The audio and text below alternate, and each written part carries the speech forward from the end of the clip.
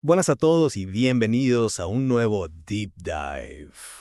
Hoy nos vamos a convergir en un tema que la verdad es que a la vez que fascinante, pues es un poco de yuyu. Ujú, sí, sí, totalmente. Lo hemos llamado el comercio de la conciencia. Ajá. Y bueno, básicamente vamos a intentar ver cómo nuestros valores, nuestra ética y nuestra idea de lo que es justo encajan o a veces chocan con los mercados, no, con las decisiones que tomamos cada día, tanto individualmente como sociedad. Y para ello, pues vamos a bucear en una serie de fuentes que tenemos aquí preparadas. Exacto. Y bueno, prepárense porque vamos a navegar por un montón de dilemas, de situaciones que a lo mejor te hacen replantearte un poco dónde están los límites de qué se puede comprar o vender, no. Y sobre todo, de qué se debería comprar o vender. Nuestro objetivo hoy es desmenuzar estas ideas, quedarnos con lo más importante y ayudaros a entender un poco mejor, pues todas estas movidas que están ahí detrás de muchas cosas de nuestra vida diaria. Exactamente. ¿Te parece que empecemos? Venga, pues sí, vamos a ello. Pues venga, vamos a empezar con una idea que en principio parece súper bonita, ¿no? Que es el comercio justo, el consumo consciente. Sí. Se supone que este modelo busca, pues eso, ¿no? Como una especie de justicia social en las relaciones comerciales y que los consumidores seamos conscientes de dónde vienen las cosas, cómo se hacen y qué impacto tienen nuestras compras. Sí, eso es la teoría, ¿verdad? En teoría. En teoría, que seamos conscientes de dónde viene lo que compramos, cómo se ha fabricado, quién lo ha fabricado y el impacto social y medioambiental, claro. Claro. Pero claro, la pregunta aquí sería, ¿es justo que haya empresas que se estén forrando? O sea, que estén teniendo muchísimos beneficios a costa de los derechos de trabajadores en países que a lo mejor no tienen tanta suerte, ¿no? Claro, claro. Mm. Ese es uno de los grandes dilemas que se plantean, ¿no? Y bueno, hay quien dice que en última instancia, los consumidores tenemos la responsabilidad ética de no comprar productos que son tan baratos, Claro. precisamente porque no tienen en cuenta el origen, ni las condiciones de producción, ni nada de eso.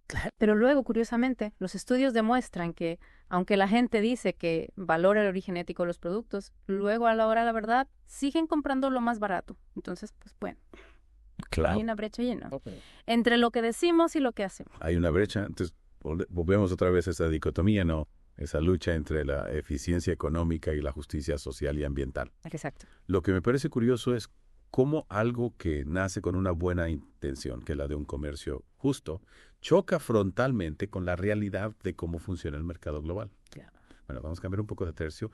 No, vámonos a la era digital, donde, bueno, cada vez más el comercio se basa en la información que se recoge de nosotros, ¿no? Ya. De los datos personales. Entonces, la pregunta aquí sería, ¿es justo que las empresas se lucren con nuestros datos sin nuestro consentimiento? Sin que nosotros sepamos muy bien qué está pasando. Claro, claro. Hay muchísimos debates éticos sobre cómo se recogen, cómo se almacenan, cómo se usan nuestros datos. Y la gran pregunta es cómo compaginar la innovación y la personalización con el derecho a la privacidad y a la autonomía individual. Claro. ¿No? Claro, y ahí tenemos el ejemplo, ¿no? De Facebook y Cambridge Analytica, que es un ejemplo que ilustra muy bien cómo se pueden vulnerar valores como la privacidad, la autonomía y la equidad. No.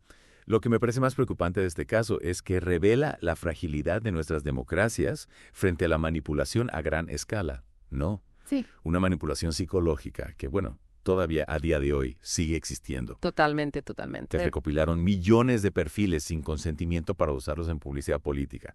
Y lo que es más grave, Facebook sabía lo que estaba pasando, ¿no? Desde hace tiempo, y no hizo nada. Sí. En fin. Bueno, vamos a pasar a otro tema que es un desafío que nos afecta a todos a nivel global, que es el de cambio climático. Y bueno, cómo el modelo de comercio tradicional pues está contribuyendo a que el cambio climático sea cada vez más bestia, ¿no?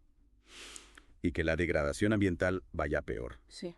La pregunta aquí sería, ¿es justo buscar beneficios económicos a corto plazo si esto pone en peligro el derecho de las generaciones futuras a vivir en un planeta habitable? Claro, claro. Esta pregunta nos obliga a reflexionar sobre nuestra responsabilidad ética, no solo con el presente, sino con el futuro, no, Totalmente. con el medio ambiente y con el planeta que vamos a dejar a nuestros hijos. Totalmente. No podemos seguir ignorando las consecuencias a largo plazo de las decisiones que tomamos ahora. Exacto.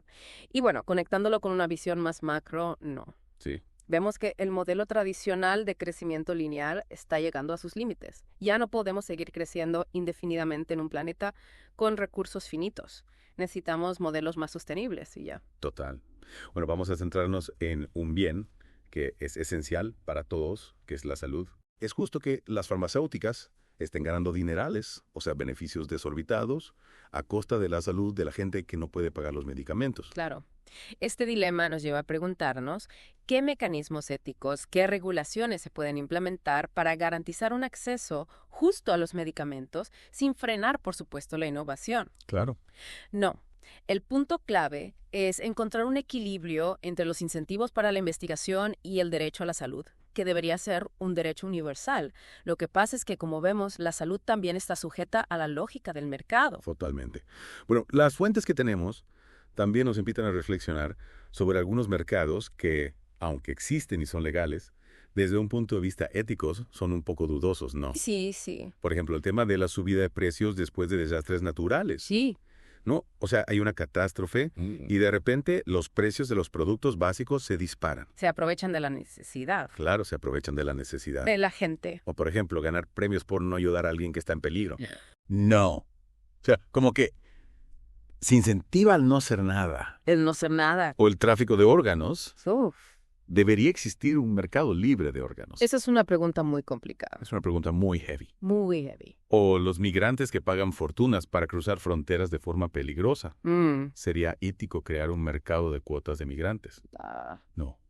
Otro tema que me parece súper interesante, la discriminación laboral por atractivo físico, el famoso loquismo.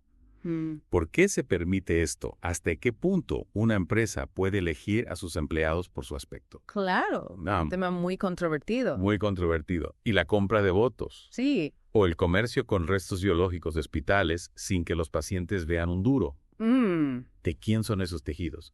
¿Quién tiene derecho a lucrarse con ellos? No. Bueno, y luego tenemos las tecnologías del futuro, con implicaciones éticas todavía más complejas. Hablamos de mejoras genéticas, de híbridos entre animales y humanos. Sí, sí. Es un terreno que da un poco de miedo, ¿no? Un poco de vértigo. Y todo esto nos lleva a reflexionar sobre el valor de los datos, ¿no? Que cada vez está más concentrado en manos de unas pocas empresas, lo que genera desigualdad. Claro. No. Lo que me parece alucinante es cómo los datos se han convertido en un activo, como el petróleo. Se extrae, se refina y se usa para crear productos de predicción, mercados de futuros basados en nuestro comportamiento. Exacto. Y claro, la pregunta aquí es, ¿queremos una sociedad donde todo esté a la venta? Hay bienes morales que el mercado no debería tocar. Esa es la gran pregunta. La gran pregunta. La globalización prometía un libre comercio, pero en realidad nos resistimos al libre movimiento de personas. Tal vez hay ya cosas con las que las empresas no deberían lucrarse. Claro. Y hablando de esto, puede ser ético saltarse la ley. Se menciona el caso de Google DeepMind, que compartió datos de salud sin base legal, argumentando que lo hacían por una buena causa. No. Eso ilustra la tensión que existe entre lo que es legal y lo que es ético, sobre todo en áreas donde todavía no hay una regulación clara. Exacto. La ética al final son principios abstractos que están muy influenciados por la cultura, por el nivel socioeconómico, etc. Claro. Para que nos entendamos, vamos a pensar en el dilema del tranvía, que ahora con los coches autónomos está muy de actualidad. Sí. Un tren se dirige hacia 5 personas. Tú puedes desviarlo a otra vía, donde solo hay una persona. ¿Qué haces? Este dilema ilustra lo difícil que es determinar qué es lo correcto. Claro. No. Y esto es fundamental para los coches autónomos, porque sus algoritmos tienen que tomar decisiones basadas en valores éticos. Claro. No. Y no solo los coches autónomos, los algoritmos que usamos a diario para todo también están tomando decisiones, están priorizando resultados, están reflejando valores.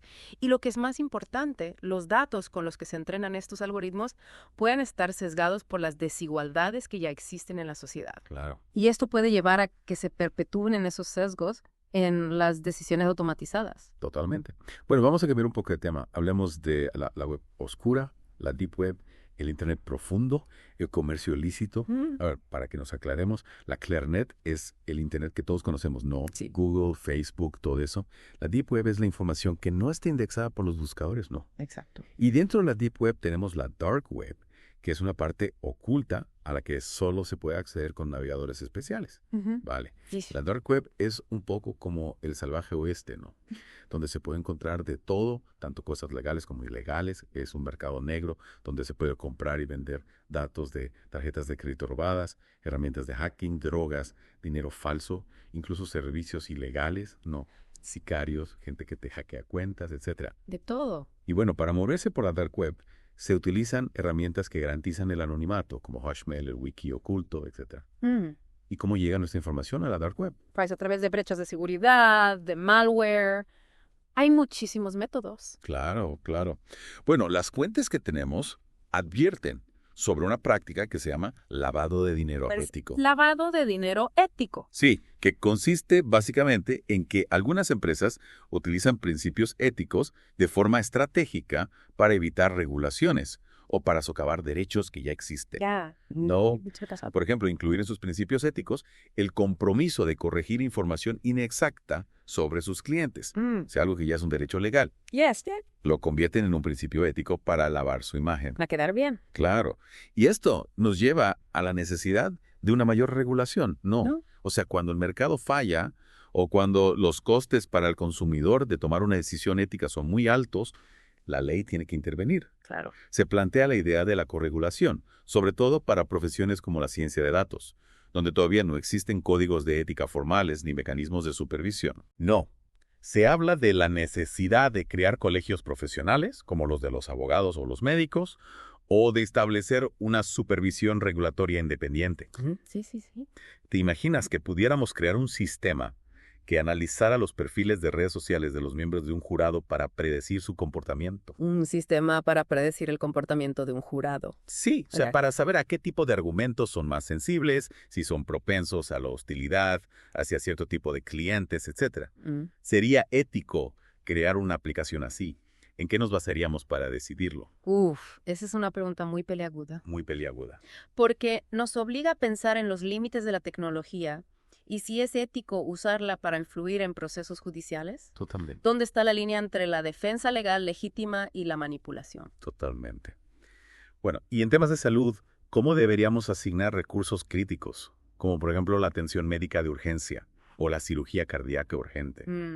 Deberíamos hacerlo en función del mercado, del que pueda pagarlo, por orden de llegada, o en función de la necesidad de cada persona. Claro. En el caso de las urgencias, yo creo que está claro que la salud es un derecho fundamental, no una mercancía. Totalmente. No se puede comprar ni vender. Y el orden de llegada puede ser muy injusto. Necesitamos un sistema que combine la evaluación de las necesidades específicas de cada paciente con criterios de urgencia. Claro. No. Claro, totalmente. Y en el caso de la cirugía cardíaca urgente, pues lo mismo. Hay que establecer un marco que tenga en cuenta la urgencia clínica, la gravedad del caso, no solo el dinero o el orden de llegada. Totalmente. Bueno, y cambiando un poco de tema, hay una pregunta que siempre me ha rondado la cabeza. ¿Estudiar economía nos vuelve más egoístas? Esa es una pregunta muy interesante. Algunos estudios sugieren que la formación en economía fomenta el interés propio, ¿no? Que nos lleva a ver las relaciones sociales como meras transacciones. Y esto se basa en la teoría del hombre económico. No, ese ser racional que solo busca maximizar su propio beneficio. Sí. Pero bueno, también se argumenta que la educación económica puede ayudar a entender mejor la interdependencia social, ¿no?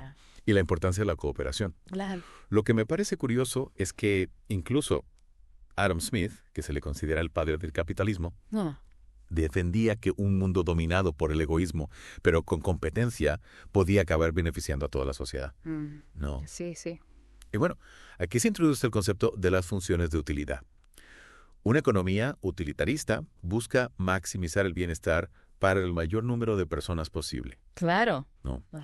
Se trata de analizar los costes y beneficios de cada decisión para aumentar la utilidad general. Sí. Piénsalo como si estuviéramos intentando hacer el pastel más grande posible para que todos podamos comer. La función de utilidad nos ayuda a medir cuánta felicidad aporta cada porción del pastel. Y el objetivo es hornear un pastel que maximice la felicidad total, aunque algunas porciones sean un poco más pequeñas que otras. Claro. No. Bueno, y ahora vamos a hablar de un tema que es un poco delicado, que es el del comercio de la conciencia aplicado a la reproducción. No. La expresión "la mano que mece la cuna" se usa para ilustrar las influencias que hay en la compra y venta de materiales reproductivos. Claro. Las clínicas de fertilidad, los bancos de gametos, etcétera, tienen mucho poder a la hora de establecer los criterios de selección, los precios, las condiciones de los contratos. Sí. Sí, ¿no?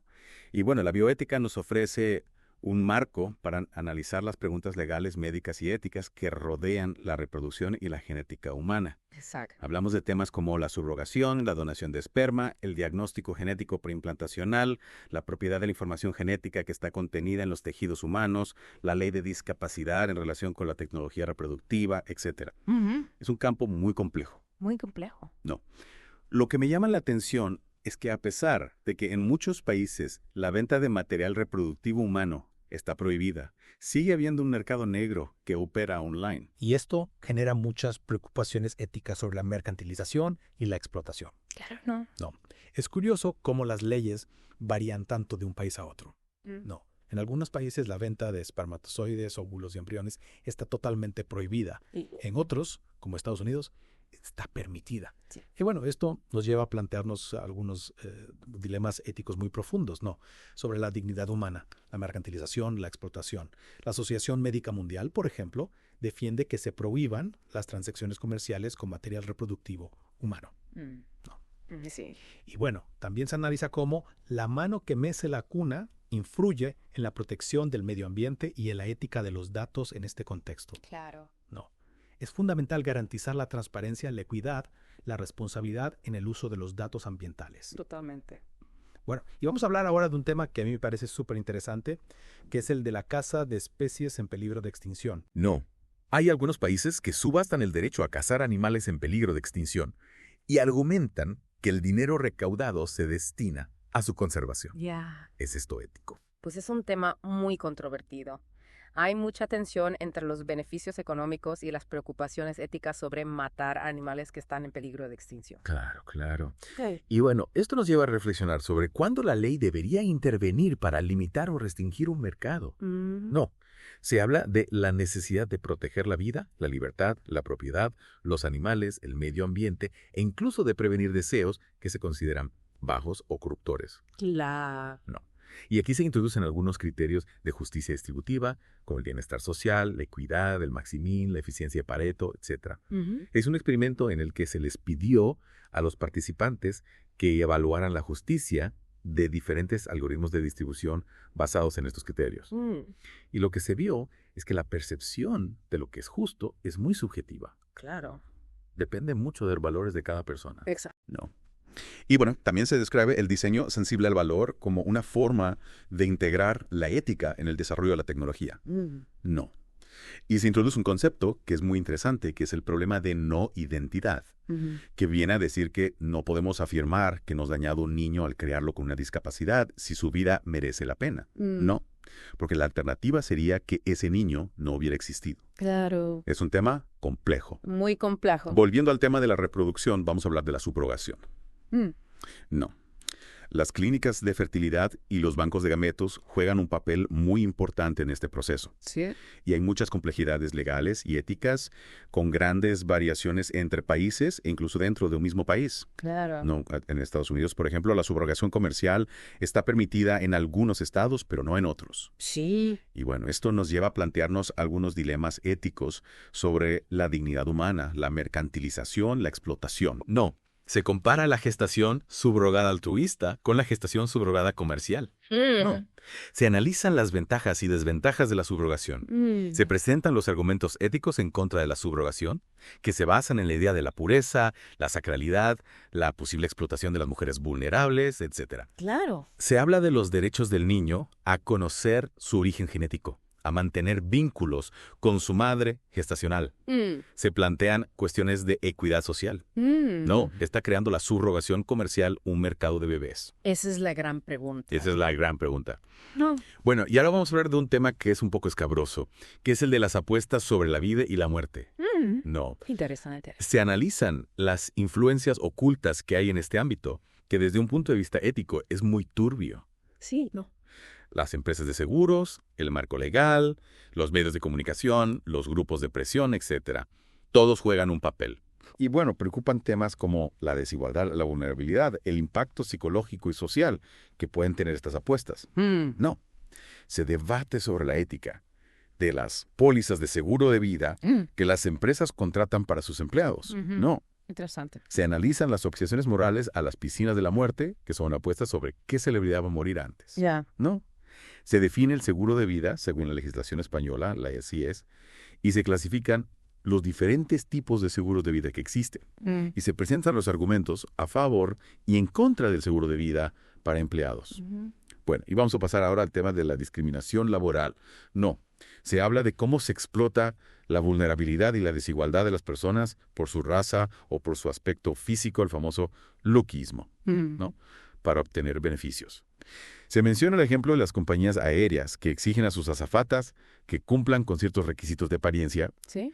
No. Y el caso de Abercrombie Fitch, que fue muy sonado en su momento. No. Y la pregunta es, ¿hasta qué punto es legítimo que una empresa elija a sus empleados por su aspecto? Claro, claro. No. El lookismo es la discriminación basada en la apariencia física. Y aunque lo vemos en concursos de belleza, su forma más insidiosa se manifiesta en las prácticas de contratación, los ascensos e incluso en las interacciones sociales cotidianas. Muchas veces se perjudica injustamente a las personas en función de estándares de belleza subjetivos. Claro. No. Bueno, vamos a analizar ahora la vigilancia predictiva. Vale. Que es el uso de algoritmos para analizar datos policiales y predecir delitos. Y bueno, aquí preocupan las implicaciones éticas, sobre todo la posibilidad de que se amplifiquen los prejuicios que ya existen en los datos y en la sociedad. Claro. No, lo que puede llevar a una vigilancia desproporcionada de ciertas comunidades. Se distingue entre el mapeo predictivo, que se basa en la ubicación de los delitos que se han cometido en el pasado, y los programas de evaluación de riesgos individuales, que se basan en el perfil de una persona. Bueno, y vamos a hablar ahora de las mejoras humanas. No, Interesante. que es un tema muy amplio, que abarca desde las mejoras biológicas hasta las mejoras no biológicas, desde las mejoras genéticas hasta las mejoras no genéticas. No. Se mencionan ejemplos como los betabloqueantes, la hormona del crecimiento, la selección genética, las prótesis de fibra de carbono, los esteroides, etc. Y bueno, esto nos lleva a plantearnos algunos dilemas éticos sobre la diferencia entre la habilidad natural y la mejora artificial. No. Sobre la justicia en la competición, sobre el impacto que pueden tener estas mejoras en la compasión y la solidaridad, sobre las externalidades de las mejoras. No. Se introduce una taxonomía de la mejora humana que clasifica las mejoras en función de si aplican a uno mismo o a otros, si expanden o limitan las opciones, si son mejoras o tratamientos, si son un bien absoluto o un bien posicional, si son reversibles o irreversibles, etc. No. Y bueno, también se analiza cómo los incentivos económicos pueden influir en la motivación intrínseca de las personas. No. Por ejemplo, en el aprendizaje. Y se vuelve a plantear el problema de no identidad en el contexto de la mejora genética prenatal. Bueno, y vamos a explorar ahora el concepto de los mercados morales, que es la pregunta de si ciertos bienes y prácticas sociales deberían estar sujetos a la lógica del mercado. No. Se plantea el siguiente escenario. Imagina que se ofrece un trabajo remunerado para ser verdugo en una prisión con pena de muerte. No. Interesante. La mayoría de la gente sentiría una gran incomodidad moral a la hora de aceptar un trabajo así. No. Y esto nos lleva a preguntarnos si la eficiencia económica debería ser el único factor determinante en este tipo de decisiones o si las consideraciones morales deberían prevalecer. No. Pero, y por último, vamos a hablar de la investigación con híbridos humano-animales. Que es un tema que genera muchas preocupaciones éticas sobre la instrumentalización y el estatus moral de estas criaturas. Y también sobre la dignidad humana. No. Bueno, y para terminar, vamos a hacer un breve repaso a la historia de la bioética. La bioética surgió en Estados Unidos en la década de 1970 y se ha ido extendiendo por todo el mundo. No.